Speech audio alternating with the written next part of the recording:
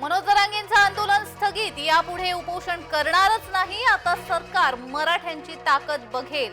धस आणि सोनवणे यांच्या उपस्थितीत घेतला निर्णय.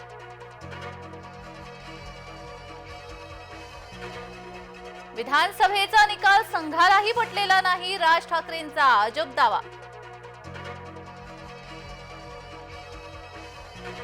राज ठाकरेंनी मांडलेली भूमिका काँग्रेस आधीपासून मांडतंय. नाना पटोले यांची राज ठाकरेंवर टीका. मुंबई शहर जिल्हा नियोजन समिती बैठक सुरू. वरळीचे आमदार आदित्य ठाकरेंची मात्र बैठकीला दांडी. अजित पवारांच्या पीएला पुराव्यांचा पेन ड्राईव्ह दिला. सुरेश धस यांची धनंजय मुंडेंविरोधात आक्रमक भूमिका. तर पेन ड्राईव्ह दिला की नाही मला माहित नाही, धसांचा मुद्दा धनंजय मुंडे यांनी टोलवला.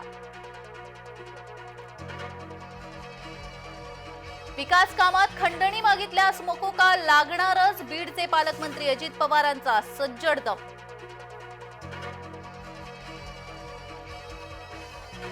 महाराष्ट्रातल्या खंडणीचा मुद्दा संसदेत उपस्थित करणार. खासदार सुप्रिया सुळे यांचं विधान.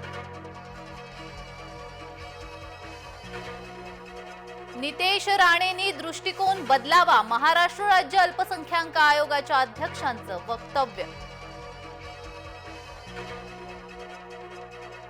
आशियातील सर्वात श्रीमंत पालिकेचा 3 फेब्रुवारीला अर्थसंकल्प.